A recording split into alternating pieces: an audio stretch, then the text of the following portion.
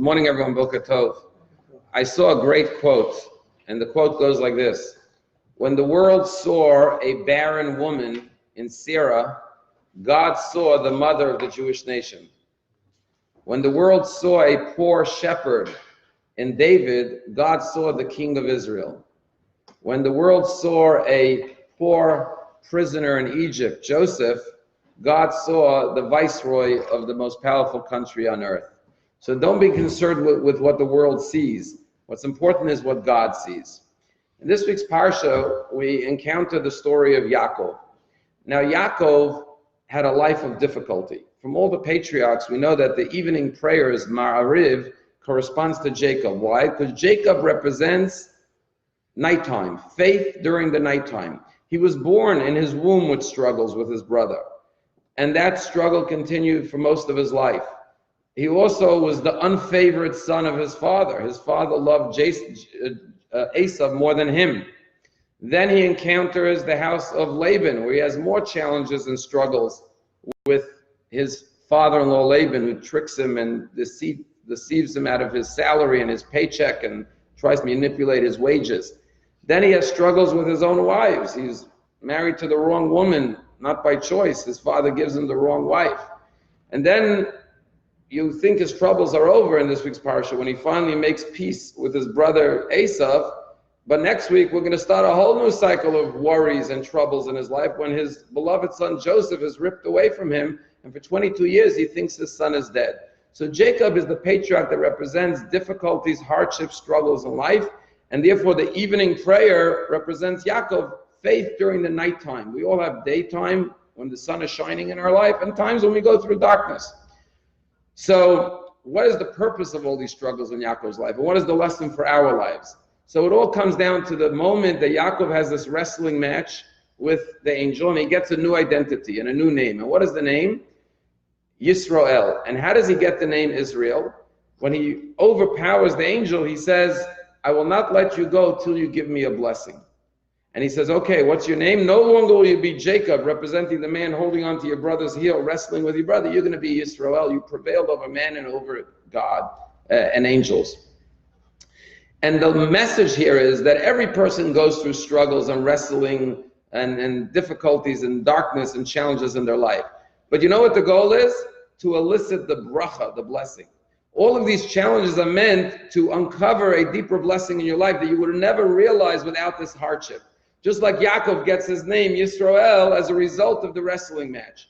And he insists, I will not let you go till you bless me. I want the blessing in this experience. And he takes that blessing, Yisrael, and he passes it on to his children and all future descendants.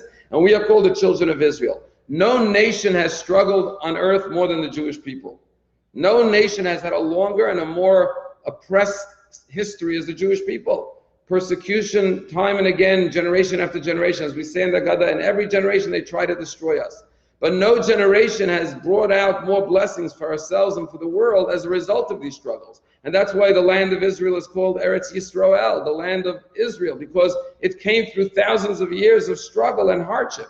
And as we saw yesterday with the shooting in Jersey City, which now the mayor says it was targeted, the Jewish kosher marketplace was targeted. It wasn't by random coincidence. These struggles continue till today. Jews are targeted time and again, anti-Semitism.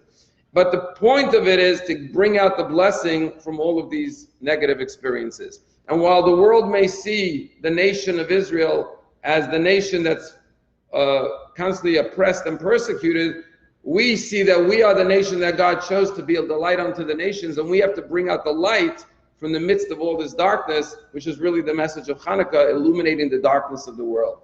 But how does Yaakov do it? He does it with his faith. Without his faith, he could not have done it. And he sends that message to Esau in the beginning of the parasha. He says, in love and Garti, I sojourned with Laban.